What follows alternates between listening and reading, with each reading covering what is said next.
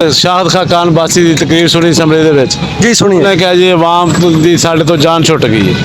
ये तो तुसी की मिसाल लेने ਭਾਜੀ 16 ਮਹੀਨਿਆਂ ਦੇ ਵਿੱਚ ਉਹਨਾਂ ਨੇ ਬੜਾ ਕੁਝ ਕਰਤਾ। ਅਗੀ ਸਮਝ ਗਿਆ ਟਰੇਕ ਤੇ ਲੈ ਆਂਦਾ ਉਹਨੂੰ ਤੇ ਜਿਹੜਾ ਪੀਟੀਆਈ ਸੀ ਉਹਨੇ ਤਾਂ ਬੇੜਾ ਹੀ ਗਰ ਕਰਤਾ ਫੜ ਕੇ। आवाम ਨੂੰ ਕੁਝ ਵੀ ਨਹੀਂ ਦਿੰਦਾ ਯਾਰ, ਨਾ ਹੀ ਆਵਾਮ ਨੂੰ ਕੁਝ ਦੇ ਸਕਦੇ ਨੇ। ਇਸ ਟਾਈਮ ਐਸਾ ਗਰੀਬ ਆਦਮੀ ਸੁਣ ਲਗਾ जनाब जी ना बिजली का बिल ही नहीं दे सकिया। राइट वे पाकिस्तान के साथ आने वाला से मैं हूँ अली असगर लुटी। मैं अपने नाजरीन को बताता चलूँ कि पीडीएम की हुकूमत अप्रैल 2022 में अदम एतमाद की कामयाबी के बाद हुकूमत बनाने में कामयाब हुई। पाकिस्तान की तारीख में पहली दफ़ा किसी मुंतखब वज़ीर आज़म को अदम एतमाद के ज़रिए हटाया गया और उसकी हुकूमत ख़त्म की गई। तकरीबन 16 माह की हुकूमत करने के बाद पीडीएम का दौरे हुकूमत इख्तिताम पजीर हुआ। वज़ीर आज़म शहबाज शरीफ की एडवाइस पर सदर पाकिस्तान ने असम्बलियाँ तहलील कर दी।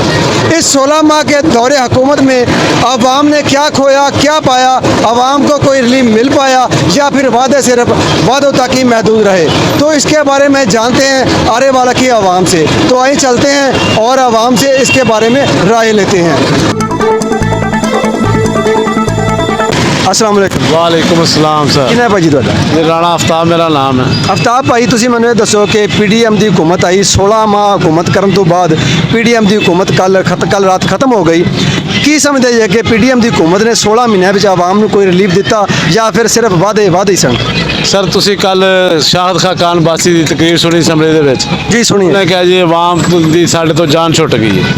ये तो तुसी की मिसाल लेने ਜਿਹੜਾ ਇਮਰਾਨ ਖਾਨ ਦੇ ਦੌਰ 'ਚ ਤੇਲ 150 ਰੁਪਏ ਸੀ ਉਹ 270 ਰੁਪਏ ਦਾ ਤੋਹਫਾ ਦੇ ਕੇ ਗਏ ਨੇ। ਜਿਹੜੀ ਚੀਨੀ 90 ਰੁਪਏ ਸੀ ਉਹ 140 ਤੇ ਚਲੀ ਗਈ। ਇਸੇ ਤਰ੍ਹਾਂ ਪੈਟਰੋਲ ਗੈਸ ਹਰ ਚੀਜ਼ ਦੀਆਂ ਕੀਮਤਾਂ ਵੱਧ ਗਈਆਂ। ਈਵਨ ਕਿ ਬਿਜਲੀ ਦਾ ਬਿੱਲ ਦੇਣਾ ਗਰੀਬ ਆਵਾਮ ਵਾਸਤੇ ਮੁਸ਼ਕਲ ਹੋ ਗਿਆ। ਮੁਸ਼ਕਲ ਹੋ ਪਿਆਹਤ हुकूमत है ਜਿਹੜੀ IMF ਤੋਂ ਕਰਜ਼ਾ ਲੈਣ ਤੋਂ ਬਾਅਦ ਕਹਿੰਦੇ ਅਸੀਂ ਮੁਸਤਹਿਕਮ ਹੋ ਗਏ। ਕਦੀ ਕੋਈ ਕੌਮ ਕਰਜ਼ਾ ਲੈ ਕੇ ਮੁਸਤਹਿਕਮ ਹੋਈ ਅੱਜ ਤੱਕ ਦੱਸ ਦੇ। ਇਹ ਕਰਜ਼ਾ ਤਾਂ ਕਰਜ਼ਾ ਹੀ ਹੈ ਨਾ, ਤੇ ਸਾਡੇ ਤੇ ਤਾਂ ਗਰੀਬ ਆਵਾਮ ਤਾਂ ਮਾਰਤਾ। अब रेहड़ी बान ਨੂੰ 5-5 6-6 ਰੁਪਏ ਬਿੱਲ ਆ ਰਿਹਾ, ਜਿੰਨੇ ਦੀ ਇੰਨੀ ਮਜ਼ਦੂਰੀ ਨਹੀਂ ਹੈ।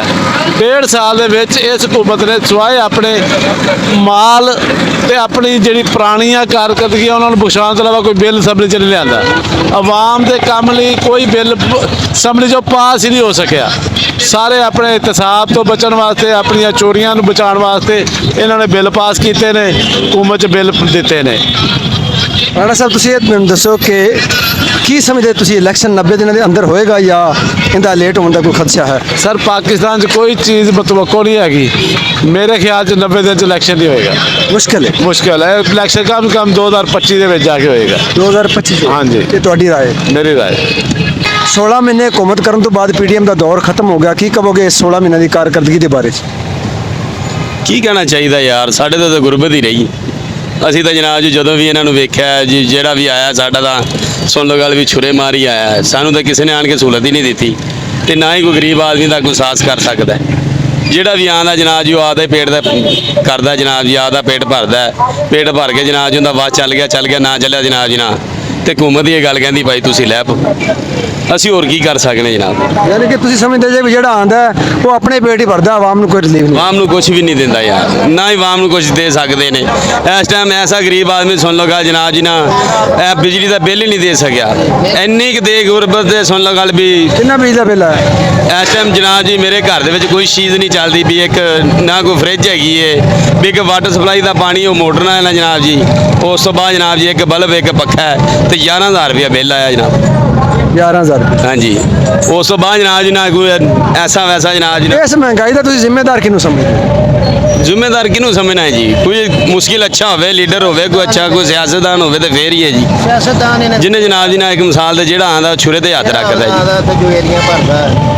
ਵਾਲੇਕਮ ਸਲਾਮ। ਭਾਈਜਾਨ 16 ਮਹੀਨੇ ਹੁਕੂਮਤ ਕਰਨ ਤੋਂ ਬਾਅਦ ਹਾਂਜੀ। ਕੱਲ ਰਾਤ ਪੀਡੀਐਮ ਦੀ ਜਿਹੜੀ ਹੁਕੂਮਤ ਸੀ ਉਹਦਾ ਦੌਰ ਖਤਮ ਹੋ ਗਿਆ। ਹਾਂਜੀ। ਹੁਣ ਨਿਗਰਾਨ ਵਜ਼ੀਰ ਆਜ਼ਮ ਆਉਣ ਵਾਲਾ, ਕੀ ਕਹੋਗੇ 16 ਮਹੀਨਿਆਂ ਦੀ ਕਾਰਕਰਦਗੀ? ਭਾਜੀ 16 ਮਹੀਨਿਆਂ ਦੇ ਵਿੱਚ ਉਹਨਾਂ ਨੇ ਬੜਾ ਕੁਝ ਕਰਤਾ। ਅਗੀ ਸਮਝ ਗਿਆ ਟਰੇਕ ਤੇ ਲੈ ਆਂਦਾ ਉਹਨੂੰ ਤੇ ਜਿਹੜਾ ਪੀਟੀਆਈ ਸੀ ਉਹਨੇ ਤਾਂ ਬੇੜਾ ਹੀ ਗਰ ਕਰਤਾ ਫੜ ਕੇ। ਉਹਨੇ ਬੇੜਾ ਗਰ ਕਰਤਾ ਫੜ ਕੇ। ਸਾਹ ਔਖੇ ਹੋ ਗਏ ਨੇ, ਕੰਨਾਂ ਦਾ ਨਹੀਂ ਧੂੰ ਨਿਕਲ ਗਏ ਨੇ। ਹਾਂਜੀ। ਤੁਸੀਂ ਨਵਾਜ਼ ਸ਼ਰੀਫ 105 ਰੁਪਏ ਕਿਲੋ ਘਿਓ ਸੀ ਤੇ ਅਜੇ ਦੁਕਾਨਦਾਰ ਗੁਜ਼ਾਰਾ ਨੇ ਕਮਾ ਕੇ ਦਿੰਦਾ ਸੀ ਸਾਨੂੰ। ਤੇ ਹੁਣ 550 ਤੋਂ ਖੈਬਰ ਆਮ ਘਿਓ 550 ਤੋਂ ਪਿੱਛੇ ਮੁੜਿਆ ਇਹਦਾ ਜ਼ਿੰਮੇਦਾਰ ਤੁਸੀਂ ਕਿਹਨੂੰ ਸਮਝਦੇ ਜੀ? ਇਮਰਾਨ ਖਾਨ ਨੂੰ ਇਮਰਾਨ ਖਾਨ। ਓਏ ਇਹਨੇ ਕੱਢ ਗਿਆ ਯਾਨੀ ਕਿ ਤੁਸੀਂ ਇਸ ਹਕੂਮਤ ਦੀ ਕਾਰਗਰਦਗੀ ਤੋਂ ਮੁਤਮਿਨ ਜੇ। ਹਾਂਜੀ ਅਸੀਂ ਮੁਸਲਿਮ ਲੀਗ ਦੇ ਅਸੀਂ ਮੁਤਮਿਨ ਆ ਭਾਈ ਤੁਸੀਂ ਉਮੀਦ ਕਰਦੇ ਜੇ ਕਿ ਅਗਰ ਦੁਬਾਰਾ ਹਕੂਮਤ ਆਂਦੀ ਹੈ ਅੱਲਾਹ ਦੇ ਹੁਕਮ ਨਾਲ ਤੇ ਆਵਾਮ ਨੂੰ ਕੋਈ ਰਿਲੀਫ ਦੇ। ਇਨਸ਼ਾਅੱਲਾ ਇਹਦੇ ਨਾ ਦੇਣ ਦੀ ਵਜ੍ਹਾ ਕੀ ਵੀ ਇਹਨਾਂ 16 ਮਹੀਨੇ ਜਿਹੜੀ ਨਹੀਂ ਦੇ ਪਾਈ? ਭਾਜੀ ਇਹਦੇ ਕੋਲੇ ਪੀਪਲ ਪਾਰਟੀ ਨੇ ਕੱਢੇ ਉਹ ਵੀ ਇਹਦੇ ਨਾਲ ਮੁਸਲਿਮ ਲੀਗ ਨੇ ਕੱਢੇ ਉਹ ਵੀ ਇਹਦੇ ਨਾਲ ਉਹਨਾਂ ਕਿਉਂ ਕੱਢੇ ਸੀ ਜੋ ਚੋਰ ਸੀ ਇਹਨਾਂ ਦੇ ਨਾਲ ਰਲ ਗਏ ਇਹਦੀ ਕਬੀਨਾ ਨੇ ਨਹੀਂ ਇਹਨੂੰ ਚੱਲਣ ਦਿੱਤਾ ਕਿਹਨੂੰ? ਇਮਰਾਨ ਖਾਨ ਨੂੰ ਉਹਦੀ ਕਬੀਨਾ ਨੇ ਕੰਮ ਕੀਤਾ। ਉਹਨੇ ਚੱਲਣ ਦਿੱਤਾ ਉਹਨਾਂ ਨੂੰ ਉਹ ਸਾਰੇ ਖਾਣ ਪੀਣ ਵਾਲੇ ਸੀ ਤੇਰੇ ਘਰੇ ਇੱਕ ਮਨ ਕਣਕ ਪਈ ਏ ਤੇ 3 ਮਹੀਨੇ ਜੇ ਕਣਕਾਂ ਵਿੱਚ ਪਈ ਏ ਤੂੰ ਵੇਚਣਾ ਉਹਨੂੰ ਨਹੀਂ ਤੇ ਜੋ ਜਾਂਦਾ ਗੱਲਾਂ ਸੀ ਸਾਰੇ ਇਹਨਾਂ ਨੇ ਫੜਕਾਤਾ ਪੀਟੀਆਈ ਦਾ ਤੇ, ਘਰ ਤਾਂ ਇਹ ਚਲਾਉਂਦੇ ਸਨ ਜੰਗੀਰ ਤਰੀਨ ਹਰੀ ਉਹਦੇ ਤੇ ਜਹਾਜ਼ ਨੂੰ ਇਹਨਾਂ ਨੇ ਇਹ ਸਮਝ ਲਿਆ ਵੀ ਖੋਤੀ ਰੇੜੀ ਸਹੀ। ਜਦੋਂ ਇਹ ਵਜ਼ੀਰੇ ਆਜ਼ਮ ਬਣ ਗਿਆ ਉਹਨਾਂ ਨੇ ਆਖਿਆ ਲਿਆ ਸਾਡਾ ਮਾਲ ਉਹਨਾਂ ਆਖਿਆ ਹੇਠੋਂ ਤਾਂ ਕਰ ਲਓ ਸਾਰਾ ਹੀ ਫਿਰ ਬਾਹਰੋਂ ਮੰਗਾਈ ਇਹ ਆਪਣੀ ਗਲਤੀਆਂ ਦੀ ਵਜ੍ਹਾ ਤੋਂ ਗਈ। ਗਲਤੀਆਂ ਦੀ ਵਜ੍ਹਾ ਸਾਡੀ ਗਲਤੀ ਹੋਰ ਕੀ ਹੈ ਠੁਕਦੇ ਨੇ ਪਏ ਬਿੱਲ ਸਾਨੂੰ अस्सलाम वालेकुम जी। ਵਾਲੇਕੁਮ ਸਲਾਮ ਜੀ। ਕੀ ਨਾਮ ਭਾਈ ਜੀ ਤੁਹਾਡਾ? ਫਕੀਰ ਸੈਨ। ਫਕੀਰ ਸਾਹਿਬ ਭਾਈ ਤੁਸੀਂ ਸਾਨੂੰ ਇਹ ਦੱਸੋ ਕਿ ਜਿਹੜੀ 16 ਮਹੀਨੇ ਗੁਜ਼ਰੇ ਨੇ ਪੀਡੀਐਮ ਹਕੂਮਤ ਦੇ, ਪਹਿਲੇ ਇਮਰਾਨ ਖਾਨ ਦੀ ਹਕੂਮਤ ਸੀ ਫਿਰ ਇਹ ਆ ਗਈ ਪੀਡੀਐਮ ਦੀ ਹਕੂਮਤ, ਇਸ ਹਕੂਮਤ ਨੇ ਆਵਾਮ ਨੂੰ ਕੋਈ ਰਿਲੀਫ ਦਿੱਤਾ ਜਾਂ ਸਿਰਫ ਵਾਅਦੇ ਸਨ? ਕੋਈ ਸ਼ੈ ਨਹੀਂ ਮਿਲੀ ਭਈ, ਕੁਛ ਨਹੀਂ ਮਿਲਿਆ। ਕੁਛ ਨਹੀਂ ਮਿਲਿਆ। ਨਹੀਂ। ਕਿੰਨੀ ਕੁ ਦਿਹਾੜੀ ਕਮਾ ਲੈਂਦੇ? ਦਿਹਾੜੀ ਇਹ 500-600 ਰੁਪਇਆ ਬਣਦੀ ਹੈ। 500-600 ਰੁਪਇਆ ਬਣਾ। ਹਾਂਜੀ 8-9 ਜੀ ਖਾਣ ਵਾਲੇ 500-600 ਨੂੰ ਦੱਸੋ ਕੀ ਕਰੀਏ? 500 ਦਾ ਕਿਲੋ ਘਿਓ ਹੋਏ ਤੇ 5200 ਰੁਪਏ 5400 ਰੁਪਏ ਆਟਾ ਆਇਆ ਪਿਆ ਤੇ ਸ਼ਾਮ ਨੂੰ ਦਾਲ ਨਹੀਂ ਪੱਕਦੀ ਘਰੇ। ਦਾਲ ਨਹੀਂ ਪੱਕਦੀ। ਹਾਂਜੀ ਮਰਚਾਂ ਨਾਲ ਰੋਟੀ ਖਾਈ ਦੀ ਹੋਵੇ ਰਗੜ ਕੇ। ਕੀ ਪੈਗਾਮ ਦਿਓਗੇ ਤੁਸੀਂ ਸਾਡੇ ਹੁਕਮਰਾਨਾਂ ਨੂੰ? ਅਸੀਂ ਕੀ ਦੇ ਸਕਦੇ? ਕੁਛ ਨਹੀਂ ਦੇ ਸਕਦੇ। ਵੱਧ ਤੋਂ ਵੱਧ ਮੌਤ ਆ ਜਾਵੇ ਉਹ ਚੰਗੀ ਹੈ। ਮੌਤ ਆ ਜਾਵੇ ਉਹ ਚੰਗੀ ਹੈ। ਇਹਨਾਂ ਨੂੰ ਤੁਸੀਂ ਕੁਛ ਨਹੀਂ ਕਹਿਣਾ ਚਾਹੁੰਦੇ? ਇਹਨਾਂ ਤੋਂ ਤੁਸੀਂ ਕੋਈ ਉਮੀਦ ਨਹੀਂ ਰੱਖਦੇ? ਨਹੀਂ ਆਪਾਂ ਇਹਨਾਂ ਨੂੰ ਕੀ ਕਹਿ ਸਕਦੇ? ਵੱਡੇ ਲੋਕ ਨੇ, ਆਪਾਂ ਇਹਨਾਂ ਦਾ ਕੀ ਵਿਗਾੜ ਸਕਦੇ? ਕੁਛ ਨਹੀਂ ਵਿਗਾੜ ਸਕਦੇ। ਵਾਲੇਕੁਮ ਸਲਾਮ। ਆ ਜਿਹੜੇ 16 ਮਹੀਨੇ ਗੁਜ਼ਰੇ ਨੇ ਪੀਡੀਐਮ ਹਕੂਮਤ ਦੇ, ਇਹਦੇ ਬਾਰੇ ਚ ਕੀ ਕਹੋਗੇ? ਕੀ ਖੋਇਆ ਕੀ ਪਾਇਆ?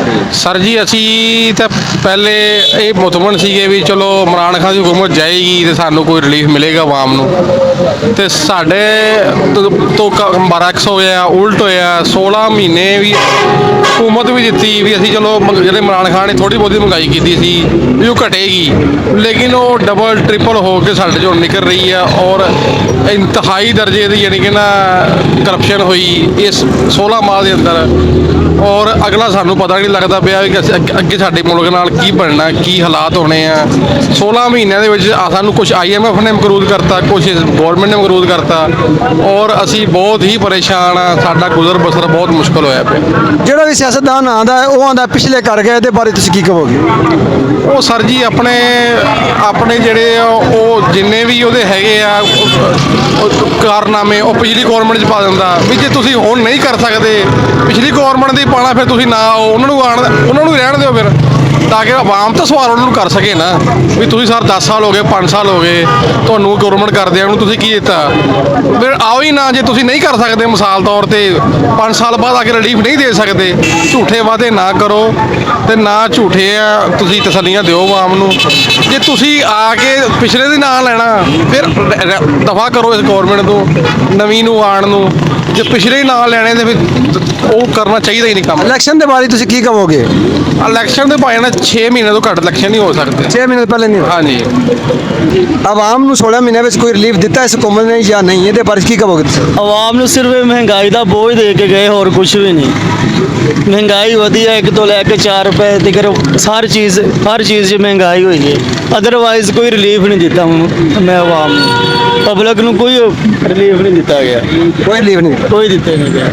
ਤੁਸੀਂ ਸਮਝਦੇ ਜੇ ਕਿ ਜਿਹੜਾ ਇਲੈਕਸ਼ਨ ਹੈ ਉਹ ਆਉਣ ਵਾਲੇ 90 ਦਿਨਾਂ ਦੇ ਵਿੱਚ ਹੋ ਜਾਏਗਾ ਜਾਂ ਲੇਟ ਹੋਏਗਾ? ਕੋਈ ਚਾਂਸਿਸ ਨਹੀਂ ਹੈਗੇ ਹੋਣ ਦੇ, ਇਲੈਕਸ਼ਨ ਦਾ ਫਿਲਹਾਲ ਕੋਈ ਚਾਂਸ? ਕੋਈ ਚਾਂਸ ਨਹੀਂ ਹੈਗਾ। ਇਹ ਨਿਗਰਾਨ ਹਕੂਮਤ ਜੋ ਵੀ ਹੈ ਕਿ ਜਾਂ ਕਰਵਾਉਣਾ ਨਹੀਂ ਚਾਹੁੰਦਾ ਇਲੈਕਸ਼ਨ ਕੋਈ। ਹਾਂਜੀ ਸਾਨੂੰ ਇਹ ਦੱਸੋ ਜਿਹੜੇ ਪਿਛਲੇ 16 ਮਹੀਨੇ ਗੁਜ਼ਰੇ ਨੇ ਇਹਦੇ ਵਿੱਚ ਆਵਾਮ ਵਾਸਤੇ ਕੋਈ ਰਿਲੀਫ ਦਿੱਤਾ ਹਕੂਮਤ ਨੇ ਜਾਂ ਫਿਰ ਆਵਾਮ ਨੂੰ ਹੋਰ ਪਰੇਸ਼ਾਨ ਹੀ ਕੀਤਾ, ਤੰਗ ਹੀ ਕੀਤਾ? परेशान किया ਪਰੇਸ਼ਾਨ ਹੀ ਕੀਤਾ। हाँ परेशान किया। रोटी नहीं पूरी होती। ਰੋਟੀ ਨਹੀਂ ਪੂਰੀ? हाँ जी ਕੀ ਵਜ੍ਹਾ? भाई नौकरी अभी जा रहे बाकी आटा के लिए दाना के लिए ਆਟਾ ਹੀ ਨਹੀਂ ਆਉਂਦਾ। आटा ही नहीं आता। इन्नी को कमाई हाँ जी इन्होंने कोई आते सहूलत नहीं दी आवाम ने। नहीं जी कोई कुछ नहीं किया। जी नाजरीन, 16 माह हुकूमत करने के बाद PDM का दौर इख्तिताम पजीर हुआ।